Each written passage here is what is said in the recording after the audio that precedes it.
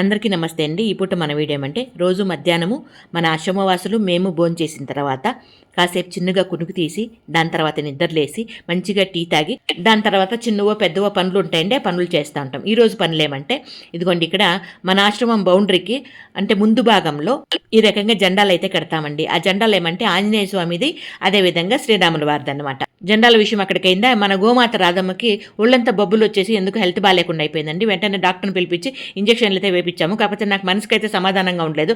అమ్మవారికి వెంటనే మొక్కుబడి చేసుకున్నాను. రాధమ్మకి బాగా అయిపోవాలో వెంటనే నేను గుడికి వస్తానన్నట్లుగా ఈరోజు అయితే గుడికి వెళ్ళి నా మొక్కుబడి అయితే తీర్చుకొని వచ్చేసానండి.